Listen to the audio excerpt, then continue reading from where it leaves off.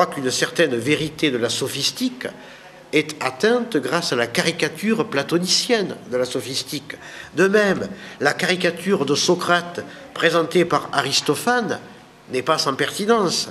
Et Lamétrie, le grand philosophe matérialiste du XVIIIe, avec ses formules à l'emporte-pièce, qui sont de véritables joyaux pour la pensée libre, touche plus juste que de pesants traités de théologie. Les croyants eux-mêmes, aveuglés par leur foi, ne perçoivent que rarement tout le bénéfice spirituel qu'ils peuvent tirer de la caricature dans laquelle ils ne voient qu'offense. En réalité, les caricatures introduisent dans le croyant une dialectique de la foi dont il peut tirer tout profit. Je crois même que refuser la caricature et la satire en argumentant du respect qui serait dû aux religions témoigne chez le croyant non d'une force, mais d'une faiblesse de la foi. Lancer des fatwas vengeresses, faire couler des fleuves de sang, lapider en appelant à la censure, manifester pour obtenir l'interdiction de films, d'œuvres d'art, fermer des journaux, emprisonner des personnes pour répondre par l'intimidation, la répression et la violence à des formes d'expression que l'on tient pour blasphématoires, indique non pas une foi forte, mais une foi faible, incapable de surmonter ce qui la contredit, une foi qui tremble de découvrir dans son sein même l'incroyance. Dans leur exigence de respect, les religions enferment les non-croyants, les athées et les agnostiques dans une alternative. Se taire ou bien chanter les louanges.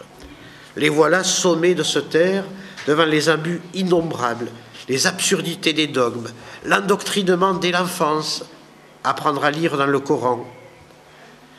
Il ne s'agit pas, dans ce silence imposé, de respect, il s'agit de soumission. C'est la soumission qui est en jeu, et pas le respect. Par le biais de cette alternative, se taire ou bien louer, chanter les louanges, les religions ne cherchent rien d'autre que la soumission muette de ceux qui ne figurent pas au rang de leurs fidèles. Elles ne veulent pas d'opposants audibles.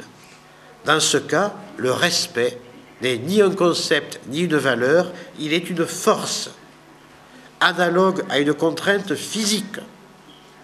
Il est du physique déguisé en morale. Il est de la force physique déguisée en morale. Peut-on imposer le respect à quelqu'un qui tient pour un fétiche ridicule ce que d'autres vénèrent comme un dieu? À quelqu'un qui tient pour une farce anthropophage la présence réelle d'un dieu que l'on mange tous les dimanches dans un morceau d'hostie? Par la force, on le peut. Par la raison, on ne le peut point. Identifions dans ce que les religions appellent respect un mot pour dire soumission. Soumission des non-croyants, soumission de l'intelligence à leur délire. Appel à la censure, le respect est l'autre nom, euphémisé, de la soumission. Au respect exigé des croyants s'articule l'exorbitante soumission, abusivement baptisée respect, exigée de ceux qui ne croient pas ou qui croient autrement, comme Luther croyait autrement, se détachant du fétichisme catholique, comme les cathares croyaient autrement. La raillerie, la caricature, l'ironie sont des réponses à la violence religieuse, à l'oppression religieuse. Personne ne refusera de voir dans les religions des forces, en particulier l'islam à notre époque, oppressive. Mais les opprimés ne savent pas toujours qu'ils le sont. La femme lapidée, au Niger ou au Soudan, c'est elle qu'elle vit sous l'oppression. Et celle que l'on condamne en Arabie Saoudite pour avoir été violée, victime. La jeune fille de 14 ans, pendue en public dans une rue iranienne pour offense à la pudeur, avait-elle conscience de l'oppression religieuse? Les opprimés ressemblent aux prisonniers de la caverne de Platon, prenant le monde religieux pour le monde vrai.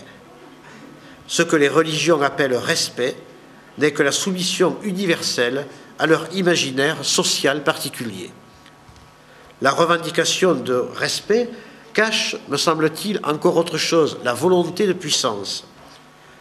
Tout au long de l'histoire, la volonté de puissance des religions s'est manifestée. Une volonté de puissance terrible et terrifiante, dont la sinistre Sainte Inquisition ne fut que l'un des visages anticipant le monde musulman contemporain. Une volonté de puissance habitée par la fascination de la mort. Michel Onfray, c'est un ami à moi, Michel Onfray. Alors, Michel Onfray fait de la pulsion de mort ce qu'il appelle le carburant des religions. La puissance est plus large que le pouvoir. Le pouvoir se limite à la temporalité. La puissance va plus loin. Elle aspire à gouverner les âmes et à pousser son emprise jusqu'au principe même de l'existence,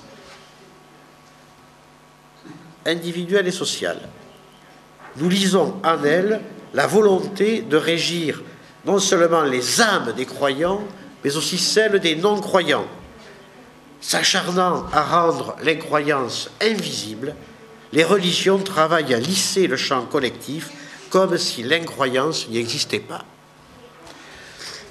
Cette exigence de respect est virtuellement infinie. Elle pousse toujours plus loin son avantage, semblable à une pierre qui, dévalant une pente, accélère sa vitesse. Pourtant, la religion ne mérite ni plus ni moins de respect que d'autres productions remarquables de l'imagination humaine. On peut rire de Marx tout en prenant son œuvre au sérieux. Rien ne peut interdire de rire de Jésus ou de Mahomet, du christianisme et de l'islam. Aucune prescription rationnelle ne peut interdire de tenir Mahomet pour un imposteur et Jésus pour un illuminé, d'autant plus que les apparences paraissent attester ces approches. L'écrivain français François Georges ne peut pas être empêché d'écrire, je cite, « Il est impossible d'apprécier dans il est possible d'apprécier dans l'Annonciation le plus fabuleux bobard qui ait jamais été servi à un cocu. » C'est dans un livre de François Georges. Puisqu'il n'est pas proscrit de pointer le danger totalitaire inhérent au marxisme, il ne peut l'être non plus de le pointer dans l'islam. A-t-on vu un lecteur de Nietzsche poursuivre d'une volonté meurtrière ceux qui, et ils sont nombreux, s'en prennent à son philosophe préféré en le traitant de raciste et de proto-nazi? Les a-t-on vus exiger que le livre iconoclaste « Pourquoi nous ne sommes pas Nietzschéens » soit brûlé en place publique? Non. Moins tolérants, les lecteurs des livres réputés saints poursuivent de leur férocité toute personne qui s'oppose à leur livre préféré. Néanmoins, il n'y a aucune légitimité à exclure Mahomet de moquerie et de sarcasme que l'on a le droit d'adresser à Nietzsche, d'autant plus que le philosophe Nietzsche, lui, n'est pas un imposteur et que sa pensée est infiniment supérieure à celle du prophète de l'islam. D'autant que, parodie sérieuse de livres prophétiques, Ainsi parlait Zarathustra de Nietzsche vaut beaucoup mieux que le Coran. Le sentiment d'exceptionnalité entretenu par les religions, je veux dire bénéficier du droit à un traitement de faveur, n'est fondé sur rien qu'une personne extérieure à cette religion n'aurait à reconnaître. Si pour un croyant une différence sacralisante se creuse entre sa religion et les autres systèmes de représentation, pour le non-croyant, cette différence ne peut valoir pour source de devoirs spéciaux. Aucun argument autre que l'argument d'autorité que tout esprit saint doit refuser sous peine de renoncer à lui-même ne permet de justifier cette protection spéciale accordée au pouvoir de la religion. Exiger des croyants, des athées, des agnostiques et des impies qu'ils se conduisent devant les symboles religieux comme les croyants forme une prétention exorbitante. Pourtant, en toute raison, comme on a le droit d'être anticommuniste, on a celui d'être antichrétien, à la suite de Nietzsche d'ailleurs, ou islamophobe, d'autant plus que le communisme fut une religion séculière dont les adeptes manifestaient une foi aussi forte que celle des religions révélées. D'ailleurs, des traits communs apparaissent entre l'incrimination florissante dans les années 50 d'anticommunisme et celle contemporaine d'islamophobie. Le procès intenté en 2002 contre l'écrivain français Michel Houellebecq pour avoir dit quelque chose d'aussi anodin que vrai. La religion la plus con, c'est quand même l'islam. Ce procès est un crime contre l'esprit commis au nom du respect. Ce procès ressemble au retour de l'Inquisition en pleine laïcité. Dans le passé, pour s'imposer, pour imposer leur volonté de puissance, leur soif de pouvoir, les religions, qui exigent aujourd'hui le respect muet de leurs symboles, la soumission à leur imaginaire, n'ont jamais hésité à détruire avec violence les symboles des autres religions. Le christianisme a profané les autels et les temples païens pendant des siècles sans les respecter. L'islam a conquis l'Afrique du Nord par le feu et l'épée, s'imposant cruellement sur des terres qui étaient païennes, juives et chrétiennes, en détruisant les monuments religieux qui existaient. Le christianisme et l'islam ont insulté les symboles païens en les ravalant au rang d'idoles, en criminalisant les croyants du paganisme sous le chef d'accusations d'idolâtrie. Et que dire du meurtrier fanatisme des croisés lors de l'interminable répression contre les cathares dans le Languedoc au XIIIe siècle? Que dire de la formule de l'abbé de Cîteaux, un abbé, le sanguinaire père Arnaud Amaury, devant Béziers, fin juillet 1209, « Tuez-les tous, Dieu reconnaîtra les siens ».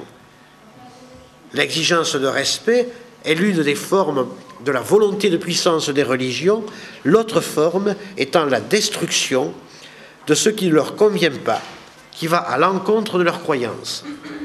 La destruction au cours de l'année 2001 par les talibans des Bouddhas de Bamiyan en Afghanistan n'est pas un geste exceptionnel.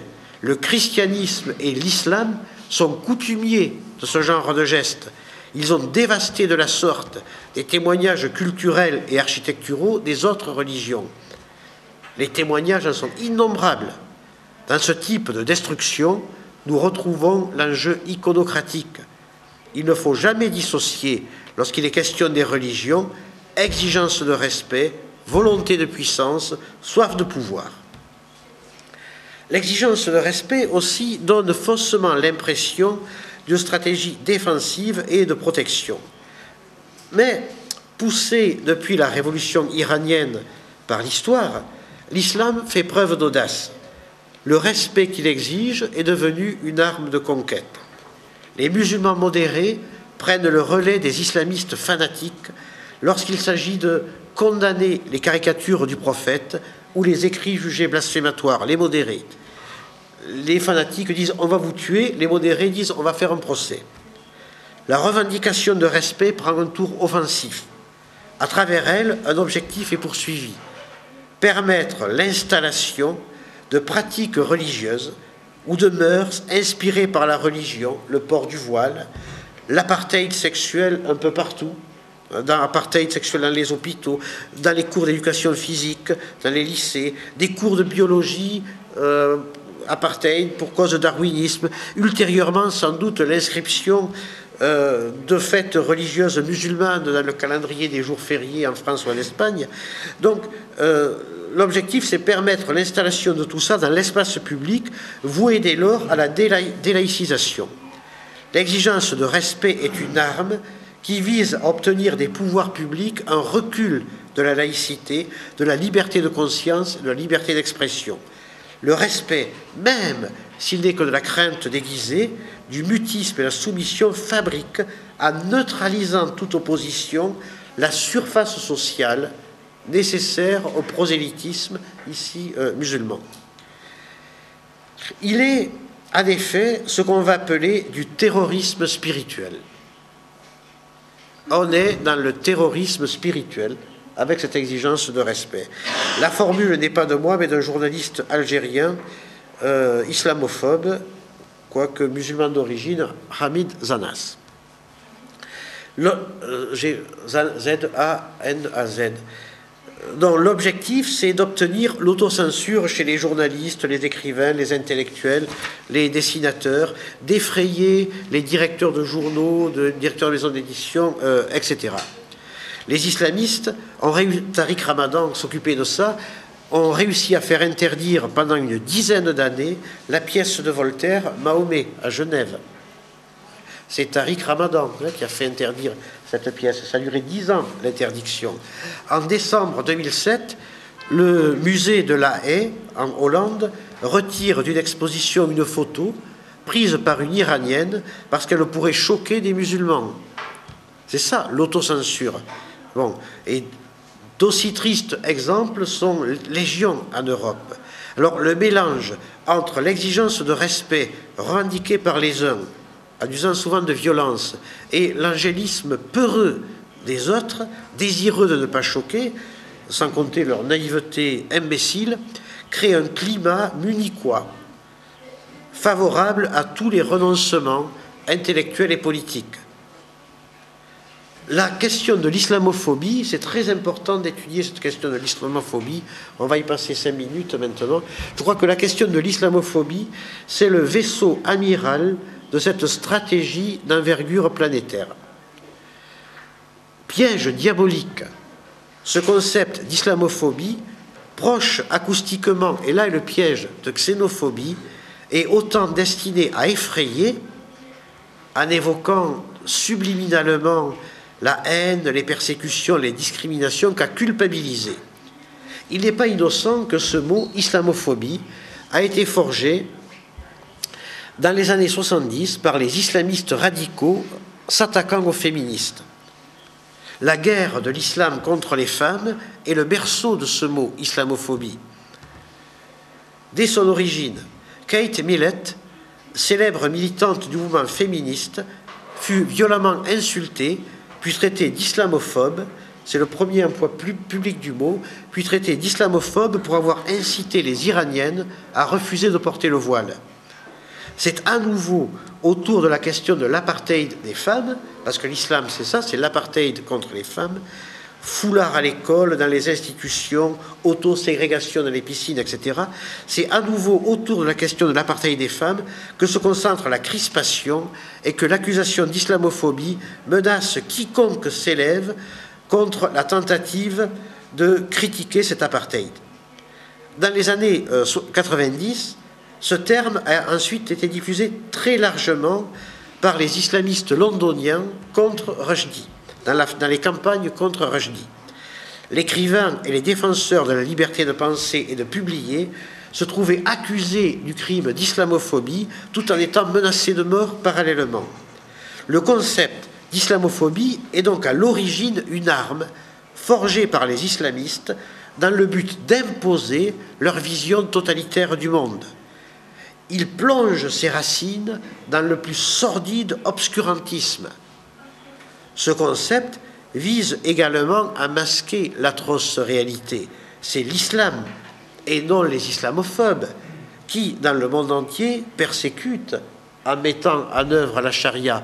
Donc c'est un concept destiné à faire passer la culpabilité des coupables vers les victimes. La violence n'est pas le fait de ceux qui sont stigmatisés comme islamophobes, mais de ceux qui les stigmatisent. Au départ, islamophobie était donc un mot de combat, et chacun se souvient de la formule du poète russe révolutionnaire Mayakovsky, les mots sont des balles. Et islamophobie, c'est une balle. L'amalgame entre l'islamophobie et le racisme est destiné à se retourner contre toute critique de la religion, si importante pourtant dans la culture européenne, avec Voltaire, etc. Est-il raciste de refuser les exactions qui se pratiquent de la Mauritanie jusqu'au Pakistan au nom de l'islam, dire vous êtes islamophobe, vous êtes raciste. Est-il raciste de refuser la charia, les lapidations, les mutilations, l'esclavage, encore vivant dans de nombreuses sociétés musulmanes, la criminalisation de l'homosexualité, les décapitations au sabre, la promotion de l'obscurantisme, le statut inférieur des femmes, l'exécution des homosexuels, la dimitude, le code de la famille encore en vigueur au Maghreb? Est-il raciste de rappeler que dans aucun pays musulman, les droits de l'homme ne sont à l'honneur? Est-il raciste d'estimer que des centaines de millions d'êtres humains vivent quotidiennement sous le joug imposé par cette religion? Est-il raciste de s'inquiéter des exigences dans notre société d'une religion qui a aussi peu fait la preuve de sa capacité à intérioriser les valeurs des Lumières? Alors, après un examen des textes fondateurs, le philosophe Christian de la Campagne, dans un livre que je vous recommande, Islam et Occident, conclut « Rien n'autorise à croire que l'islam soit en son fond tolérant ». Est-il raciste de se poser la question « Un islam à visage humain est-il possible ?» comme on se demandait naguère « Un socialisme à visage humain est-il possible ?» L'origine théototalitaire du concept d'islamophobie devrait rendre prudent ceux qui souhaitent l'instituer en délit pénal. L'islamophobie est, dans la mesure où on peut reprocher beaucoup de choses à l'islam, est un droit, dans la mesure aussi où l'islam est une construction idéologique au même titre que le communisme ou le libéralisme. Comme on peut être anticommuniste ou antilibéral, même si, très curieusement, les altermondialistes ou les antimondialistes professent actuellement à l'extrême gauche l'islamophilie, on peut être islamophobe. L'islam est une construction intellectuelle totalisante qui englobe tous les aspects de l'existence, y compris la cité.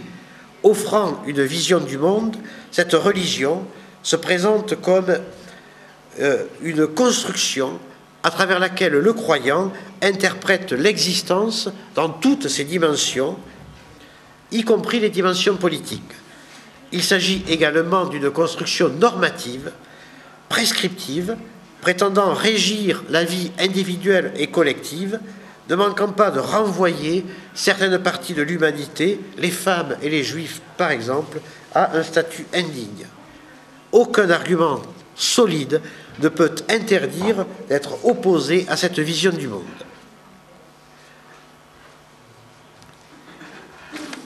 Combien de temps reste-t-il? Pas trop. Je vais aller un peu plus vite.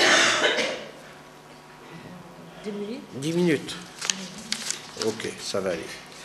Alors, refusant finalement l'étymologie, l'opinion contemporaine confond la phobie avec la haine. L'islamophobie serait la haine de l'islam, par suite une opinion aussi condamnable que le racisme et l'antisémitisme.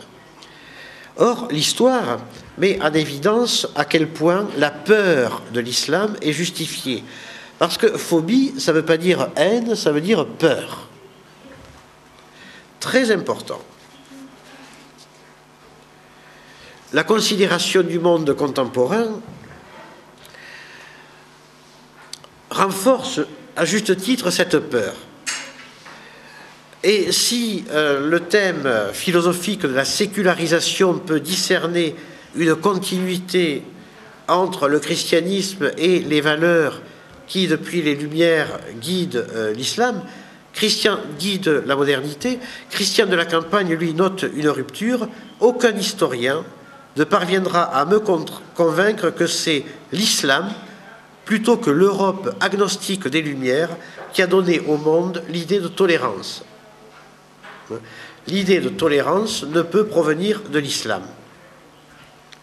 Alors, face à la soumission faussement respectueuse que les religions veulent instituer en loi, n'existe-t-il pas un devoir d'irrespect?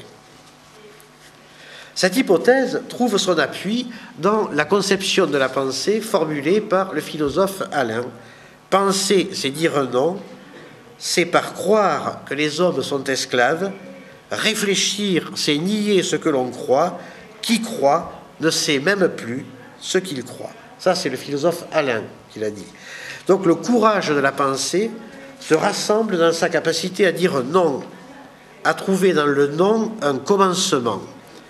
Le refus du dogme, puisque c'est ça, dire non, le refus du dogme peut passer pour le berceau de toute pensée. Dire non à ce que l'on pense spontanément, dont la nature est sociologique, qui ressort de l'idéologie, comparable à ce que les philosophes de l'Antiquité appelaient l'opinion, la doxa.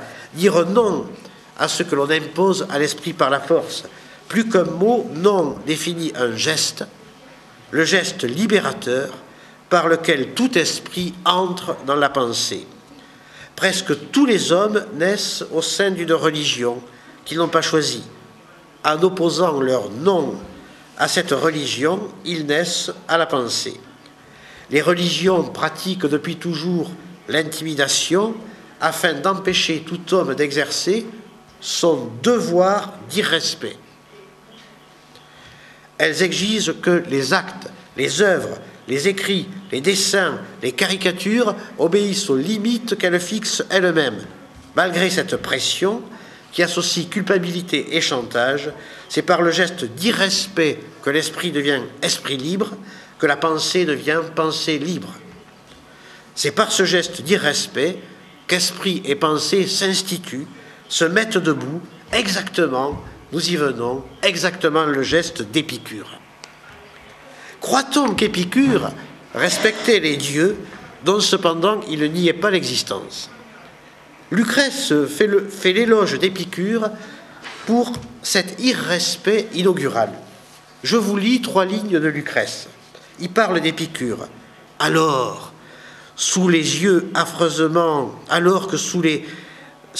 affreusement sur terre, l'humaine vie gisait écrasée sous le poids de la religion, pour la première fois, un grec, homme mortel, osa lever les yeux contre elle, le premier osa s'y opposer. C'est Lucrèce décrivant Épicure, geste fondateur. Le premier à dire non. C'est Épicure qui, en matière de courage dans l'esprit, montre la voie, et non la Bible ou le Coran ou les évangiles, qui ne montrent que la soumission.